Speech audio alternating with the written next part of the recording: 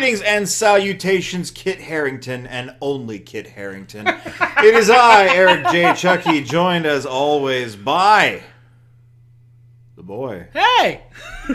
This is the Two Nerds Podcast, and no, this isn't a second take.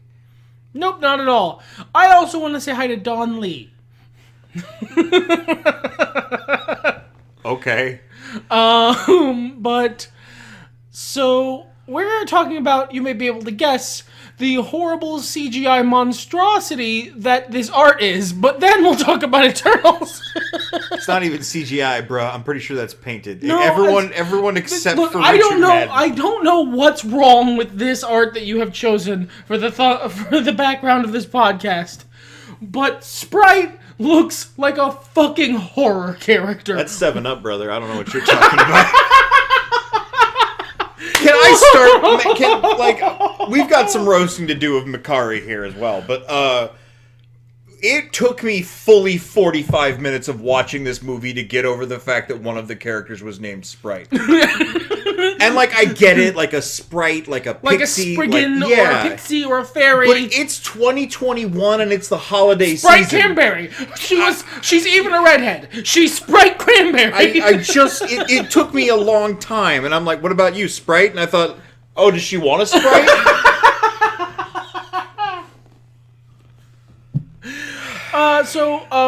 Richard Madden on this image here looks like a normal photo. And that means either that person was really good at painting Richard Madden and pretty good at painting everyone else, or they just put I think I even see do you see an actual sharp corner where they just sort of went, I can't fucking get Richard Madden right, just fucking put his face in there. I mean, he looks a little posterized, and maybe it was, they did that, and then they were like, all right, now paint the others. And they were like, okay, how many are there? And they said, 7. And they went, you know what? Fuck it, no. we're not putting in Kumail looking fresh and fine. Kumail looks fine. Don Lee looks good. Gemma, I believe is how you pronounce that. She looks okay. Salma Hayek looking good. Clearly art, but good. Yeah, same thing with the what's his name over there? Druig. Druig sucks. Not the art. The art's fine. I mean, his neck is weird in a way I don't like. But then the last two they clearly started. You know what this is? This is all paintings, but they started with Richard Madden's face, and they worked out. And there was a deadline. So by the time they got to the poor final two, to Sprite and, God, was it Lauren Makari? Yeah. They were just fucking whatever, man. We'll have this person's head just not be attached to this body at all. There's 2 lines, that counts as a neck. Your whole body is off. Whatever, I don't care. Just go. We're done with this now. Give me my money. Speaking of giving me my money, I've got a Patreon in the description of this video. You can buy my books. If you give me $5 on Patreon a month, you could be cool, like Rob and a guy from Ohio. I'm also going to have benefits coming soon. Wow! So if you want, stuff for your money other than just supporting me, might be an option. I stream on Twitch, twitch.tv/White Raven. You could just search White Raven. Or just, it's me. We've got a Discord link in the description as well if you want to hang out with us and get announcements when all that shit goes live. Like the video, comment on the video, doing both helps. Don't forget to subscribe, and I think that's the plug. That's the plug. Eternals. Now that I've got the necessary roasting of this image out of the way, I want the movie. The movie was good. It was a good movie. Yeah, although I have some qualifiers myself, but a lot of what I'm going to say about this movie isn't necessarily gonna come across like I liked it, and I want to get it right out front that I definitely do. I had a good time. I like these characters. I think they have fun interactions. I think the plot is very interesting. But there are some issues. What about you, sir? What about short? Is it generally all right? Say someone wants to go see a Marvel movie, and it's this, or just skip it, wait for the next one. Is it worth going to the theater to see this? Or should they wait for Disney Plus? I personally would have had a hell of a lot harder time paying attention if I was watching this at home. My ass would have been playing Animal Crossing through the first hour and a half of this movie. So if you have the same sorts of issues White does, maybe go to the theaters so that you can succeed. Overall, this was a good experience. And it was really interesting because we're starting to get into those Marvel properties where I don't have much of a frame of reference. Yeah, we've gone off the edge of the map. We are fully to the Marvel properties that I do not know. I know of them. We have literal podcasts in our back catalog of us looking the motherfuckers of this tier of character up and laughing at how dumb they look. Specifically, things created by Jack Kirby. Yeah. And this is a Jack Kirby-ass story, my guy. Let me tell you something. I like Jack Kirby. I like what he represents in comics. But there's a certain vibe to everything he creates, and this has it. So, for those of you who aren't familiar with Jack Kirby, how have you found this podcast? But secondarily... Wrestling. He was a former partner of Stan Lee's. It's much more complicated than that, but we don't have time for that. I want to do other things tonight. That is a podcast in and of itself. Who did mostly art. He's famous for a couple very, very specific, very iconic looks in comic art. A very specific kind of way of drawing effects, like magical or super science effects, called Kirby Crackle. And he's famous for doing very intricate mechanical-looking designs. Most notably, if you watch the MCU, most of the Grandmaster's area, most of the places you see the Grandmaster in Thor Ragnarok, have very iconic Kirby-esque designs in the background. He was less famous for, but almost equally proficient in writing comics. But his stuff was tonally different than a lot of the other stuff going on. And this movie is tonally different than the rest of the MCU. In a very, sharp way. Yeah. This very much felt like a Kirby story. In that, it is big. It is operatic. It is... almost it has a reserve to it. They make jokes in this movie, but this is perhaps the most dour Marvel movie I've seen in a long time. It's also these gigantic personalities. The easy joke, and the one we definitely made after we got out of the film, was this is the best DC movie I've seen. Yeah, I mean, look, there is a scene in this movie that is effectively the Flash, Wonder Woman, and Cyborg fighting Superman. And they do a better job of it than DC's ever going to. But... and that's not just the joke. That's the difference between Marvel and DC. And I think other people have said it before, but you explained it to me probably a decade ago at this point. Longer, even. I've had this theory for most of my life. And by all means, be the one to say it. DC does its best work when it's not portraying people. DC does its best work when it's portraying icons. When it's portraying mythological figures, our modern mythology. Superman and Batman, there are Batmen, but Superman and Batman are at their best storytelling-wise when they are incorruptible pillars of whatever mythos they're trying to use them to create. Marvel writes people.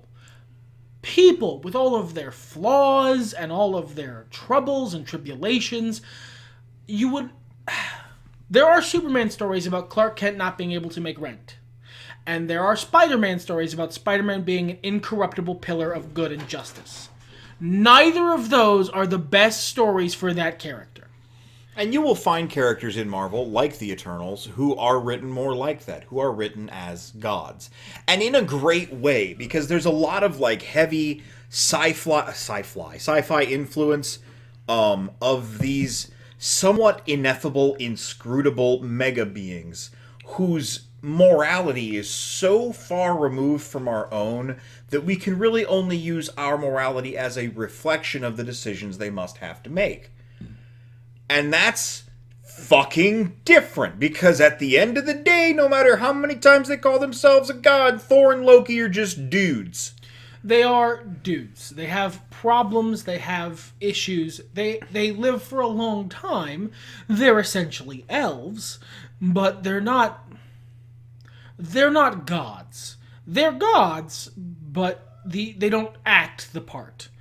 Thor acts like a frat bro. Loki acts like a drama queen. Thea acts like a god. There's a difference. There is. There really is. And I think this film does a good job of portraying these these beings while also doing service to the way Jack Kirby writes stories. You can see it in a lot of his Fantastic Four stuff. As little as I am a fan of Fantastic Four, this is Kirby F4, man. This is the same sort of... Yeah, it is. You don't have the very down to earth characters like Johnny Storm in The Thing to really ground the story. With one exception, they do bring someone who fills that role in, and I really like that character. But two actually, but yeah, it's very much like these are the kind of story like I will. This is kind of a spoiler, but there are things that are in this movie that make me unsure if they're ever gonna do like proper Galactus in the MCU, because, well, it would just be confusing to your average audience. I think we've gone past that point. I hope we're right. I hope you're right. I hope I get to see the Ultimate Nullifier, and I hope I get to see Reed Richards be useful exactly one time. But I think we've crossed the spoiler Rubicon. Let's go ahead and talk about the film in less broad strokes. Okay. Well, here's a question. I guess, was there anything you were expecting out of this movie when you went in? Almost nothing. I did my best to not expect anything out of this movie.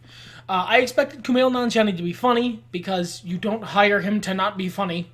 That would be a real missed call. And he paid off. He was fucking great. He was doing firework the whole movie. But other than that, I did my absolute damnedest to not expect anything out of this movie. So much so that I didn't know, aside from Kumail, who was in the movie until about a week before I saw it, in terms of actors. Like, I didn't know Salma Hayek was in this movie until 3 days before I went to go see it, and I saw her in an episode of Hot Ones where she was promoting it. I didn't know she was in the movie before that, because I had done my best to avoid it. Because I don't know much about the Eternals. I know of them. I fully looked at this Wikipedia page that we have up so we can reference the cast and the bizarre names of the characters several times over the course of several months leading up to this movie, and my brain immediately flushed everything out of my head each time. Yeah, as I get older, I'm getting worse at remembering weird wackadoo names from fiction, so, like... I think the problem... I struggled to remember not Thea. I struggled to remember her name even now, just a minute ago. I think the problem with it is because everybody except for Gilgamesh and Sprite have names that are legally provable to not be the names of important deific figures. Yeah, it's... Except for Kingo, who was just Kingo. Because, like, Circe, but we spelled it different. And Icarus, but I spelled it different. And Kingo. And Sprite, and then Makari, which I believe is also a reference to some mythological figure. Mercury. Mercury. And then Gilgamesh, he's just Gilgamesh. That's just his name. They just went with fucking Gilgamesh. And then, like... Ajax, who is not Ajax. No. Ajax. Yeah. And also very different from Ajax. I mean, most of these characters are pretty different from... Makari is not so different. No, I suppose Fastos is also pretty similar. Fastos is a terrible name that an 8-year-old makes up for their speedster hero. The fact that you had a speedster and a guy named Fastos in a movie and they weren't the same person shows to me that you fucked up. Now, I know we're drawing from source material here, but maybe you don't include Fastos and a speedster. Just change his name. Hef. Quickster. Speedy McSpeed the fast guy. He's our tech person, and this is Makari. Kind of sounds like mechanical, right? She runs fast. Fuck off. Oh. There are so many people in this movie. I forgot some of them were there because they were. Most of the thrust of the movie is getting the band back together, and like I thought they had everyone together. And like, no, we need 2 more, and I'm like, what the fuck? Oh, I forgot about Fastos and not Fastos. Festus. They usually shorten it to Fastus because it's Hephaestus. Right. Sometimes they did say Fastos. Sometimes they were very clear. Look, they didn't film this movie in one day, and the actors clearly didn't know fuck all about any of these people either. Alright, so there's a thing that they do sometimes with comic book movies where they have the person who's playing the comic book character come out and go, oh yeah, I loved this character as a kid. I had all the comics. If you have one of these motherfuckers look me in the eye and tell me they loved the Eternals as a kid, I will deem you all liars. Liars! No, you didn't.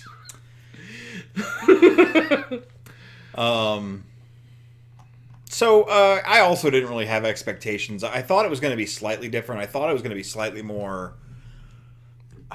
I guess, like sci-fi horror in a way. You thought the deviants were going to be a lot more scary. And I thought there was going to be a lot more big honky siren noise. The one trailer I did watch had a big honky siren. Yeah, so and maybe that's why I was led to believe that. I just thought it was going to be a bit darker. It still does kind of read as a superhero movie. And, you know, lately when we've been reviewing Marvel stuff, we've said this is comic books as fuck. And this is, but it feels a hell of a lot more like a limited series. This is comic books as fuck. Yeah. This movie doesn't pull any punches. They go all the way to crazy town in terms of the comics world building. There's a great big fucking red motherfucker. And it's cool. It's neat to see all this cosmic Marvel stuff, like, finally show up. And this is the side of Marvel that I have the least knowledge about. And it's probably why I find a lot of it very exciting. Yeah, this is the side of Marvel that Doctor Strange is usually dealing with. Some crazy bullshit is happening in the outer god section of the universe. My job, former fucking neurosurgeon Stephen Strange, my job is to go deal with this now, I guess. Yeah, and I think it's causing, what are we on, phase 5 now? God, I don't know. I don't even. They keep track anymore. They do. It's causing it to wind up a little weird for me because the rest of them we've been like, what's the word I'm looking for? It initiates you into the movies softer, like it winds you in a bit. And this one we got Black Widow and then the Eternals, which is just look a nut hair above street level. And then we're going to the fucking Eternals? We're going to... Because, alright, so the MCU is really bad at consistent power scaling. The internet likes to bitch about that. I don't care about that, to be perfectly clear. That's not how stories are told. But if we were trying to use consistent power scaling, given things they establish in the theater, in the movies... Sprite could probably 1v1 any Avenger, like in an actual fist fight. Because they're all about as durable as Thanos. Yeah, but Space Mom told her no. Yeah. So. Which is a fine reason. These seem like a bunch of people who would go, Space Mom said don't.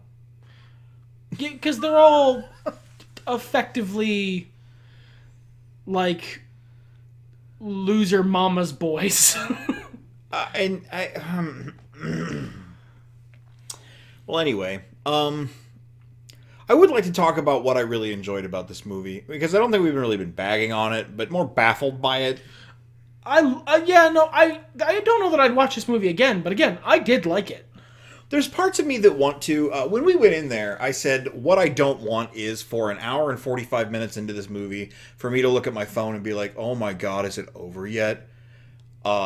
And instead I got the opposite, which was only at an hour and 45 minutes in this movie did I go, alright, let's watch this fucking let's see what's going on here! So, having a buy-in, there's a part of me that kind of wants to see that first hour and a half again. Now that you care. But not right now. No. This movie's plot is not complex, and also incredibly complex. It has very complex world building underneath a very simple plot. If you're a comic fan and you've read those stories where a lot of panels are just deific figures like Superman and Green Lantern yelling at each other through clenched teeth about their feelings, this is that movie. Yeah, again, it's the best DC movie I've seen. real bold of Marvel to just absolutely dunk on DC to the point that they made the best Injustice movie that's ever going to exist. Yes, speaking of spoilers, and this isn't a spoiler for anyone who's seen literally one scene of this character in the movie. Icarus bad. He's Injustice Superman, ladies and gentlemen. And actually, let me pause and talk about that for a second. I like that they have so many perspectives on the central conflict of the plot, and that being, this is your final spoiler warning. The Eternals are meat robots made by a Celestial to beat up the race of predators he made that fucked up everything so that they could create a planet womb for their babies to come out of. Yeah. So at the beginning of a planet's cycle, in the current MCU canon, the Deviants show up and murder all of the super predators who prevent intelligent life from forming. So asteroids didn't kill the dinosaurs, the Deviants did. And then, the person who sent the Deviants sends the Eternals to kill the Deviants and then shepherd the sentient race into fucking as much as possible.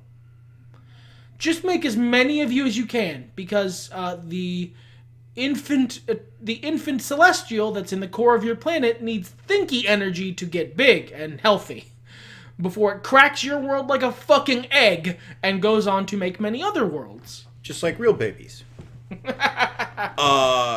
the characters were not aware of this, in large part. Because the guy who made them, the Celestial that made them, knew they probably wouldn't be down. So... Well, it seems to imply that he tried it once and it didn't work out so well, so he just memory wipes them and studies their memories now. Yeah, the only person who's allowed to keep their memories is the leader, OWCH. Everyone else has their memories wiped in between cycles. And they've all helped genocide millions of planets across all of eternity.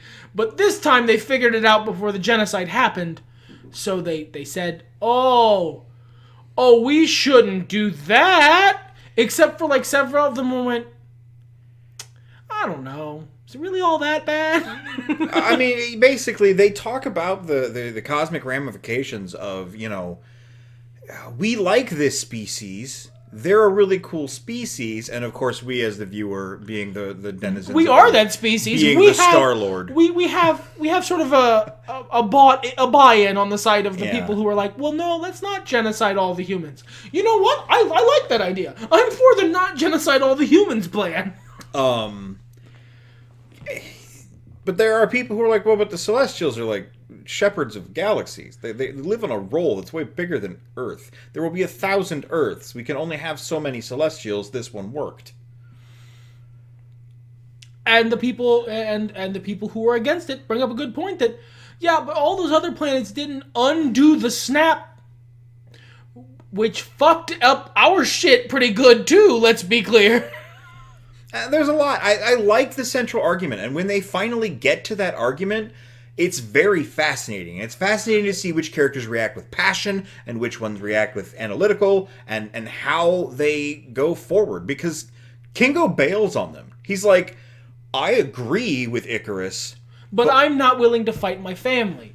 I think we shouldn't stop this apocalypse. It's what we're for, and Celestials are more important than any one species, no matter how much I love them, but I'm not going to fight you guys, so I'll just bounce. Honestly, I kept having this feeling while we were watching it, but I didn't have the words for it until just now. This is Space Watchmen. Without being as good. Yeah, no, let's be clear, it's not. But there are heavy Alan Moore, big thought-provoking, what-if, hypothetical, morality, observational vibes throughout this film. Yeah, for me, it all boiled down to, a thing that happens in Skyrim, where Parthudax posits that what if Alduin is only killing the world so that the next world might be born? And one of the options you have to respond to that is the next world will have to take care of itself.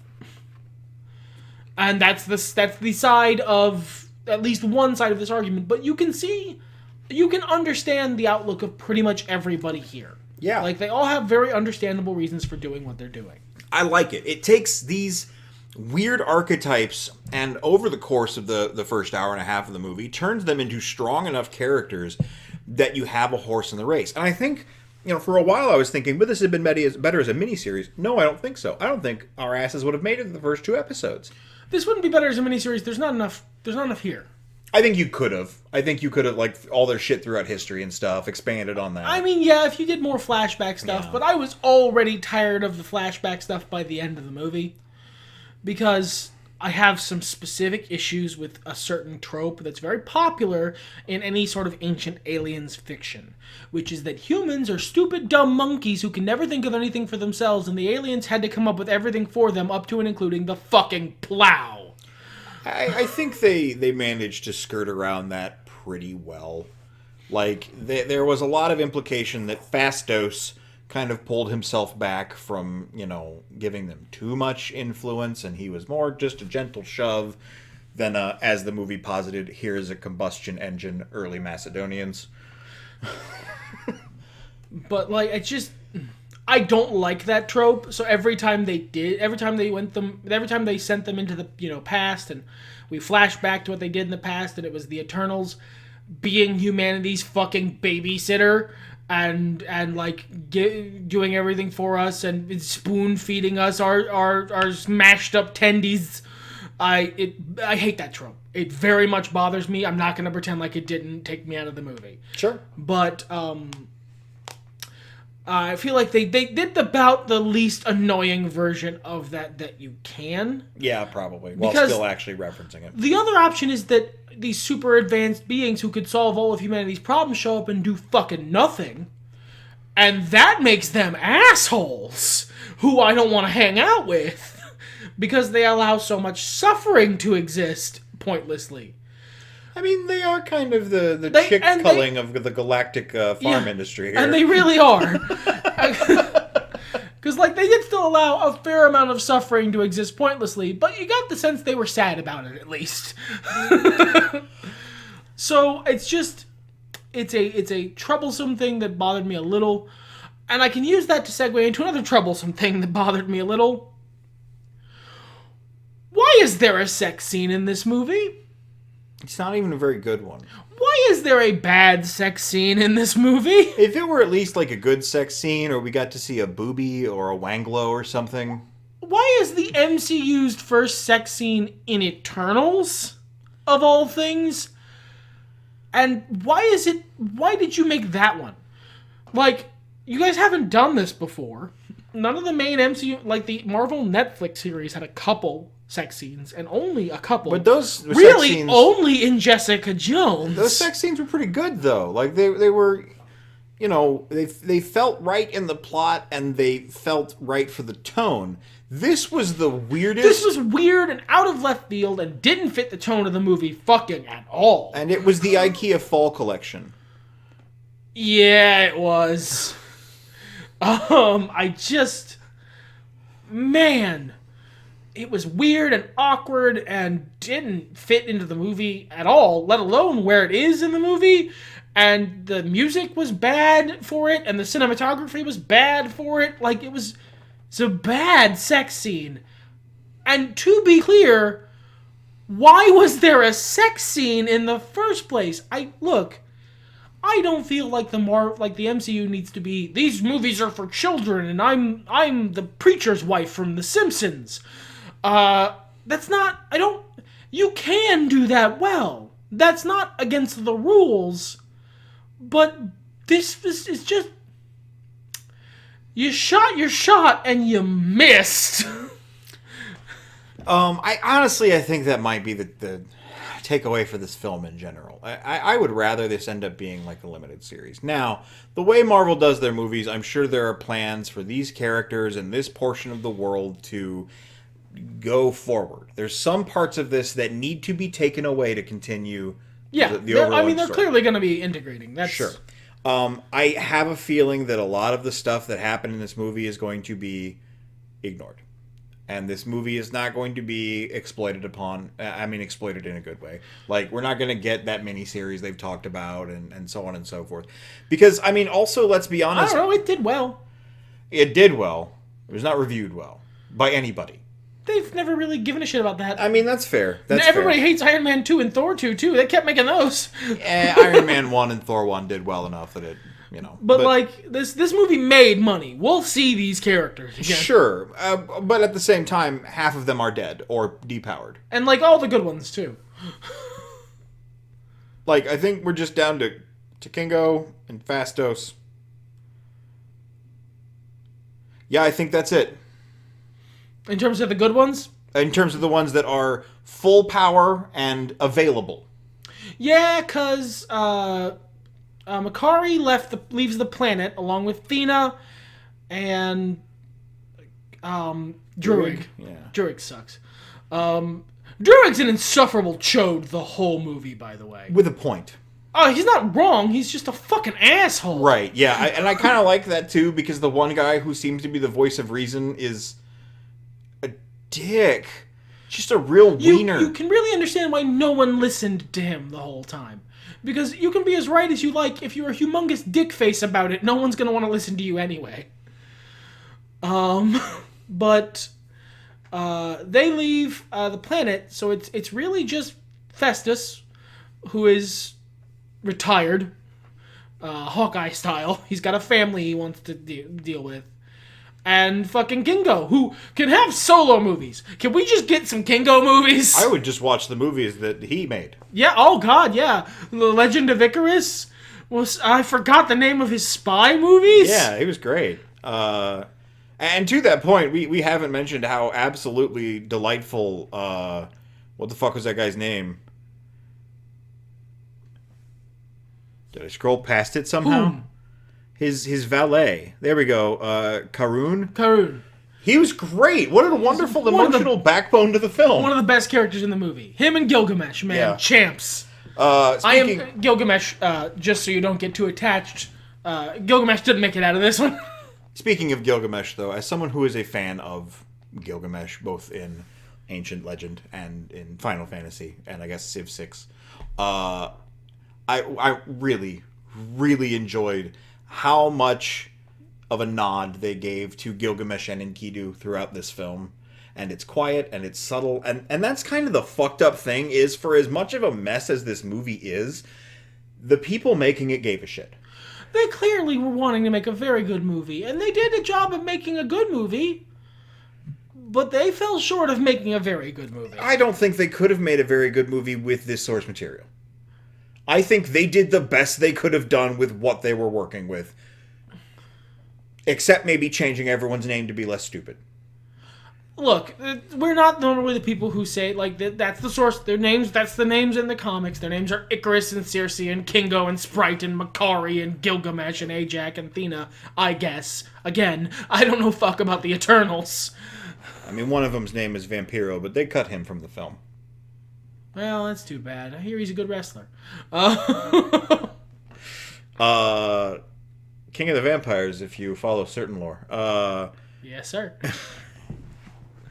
Usually, though, when you've got an extra stupid name, they will use your other name. Or they'll mention it once as like a joke. Yeah. They did that in this movie. Because the thing the Eternals do, their shtick, is that they're the Power Rangers. They can all combine their energy to form the Unimind. Which is just the fucking most Kirby thing. That is some straight up new god shit there. Like, if you told me they were from fucking New Genesis, I would be like, yeah, that makes sense. Who's to say they aren't? It's a good DC movie. But Fastos, Quickman, comes out with the word Unimind, and there's a beat, and then all of them go, no, that's a terrible name. That's an awful name. We're not using that. And then he goes, I invented it. I'm going to call it what I want. It's the Unimind. It was good. Yeah. It was good. That's. I want to see that reaction from Reed Richards later. But any final thoughts about Eternals? I'm excited to see what they do with the Black Knight. Yeah, that's the Black Knight and fucking Blade and Star Fox. Things are open, man. Which is some weird stunt casting, by the way. Ironically, he did really good. I mean, he didn't say much, but it felt very natural. And it's one of the first times I've seen the MCU do, even if he does well, what I would call straight up stunt casting. That's fair. But he might do very well. They're usually really good about who they cast, so I'm open to it. Yeah. I feel the same. Very looking forward to Black Knight. Yeah. There are 2 characters left in Marvel that if they show up, I will be flabbergasted. One of them is Ultraman. Or no, Captain Ultra. Excuse me. Ultraman's the big robot guy. Captain Ultra. If Captain Ultra shows up in the MCU. The other one is an obscure clown that I don't even remember the name of.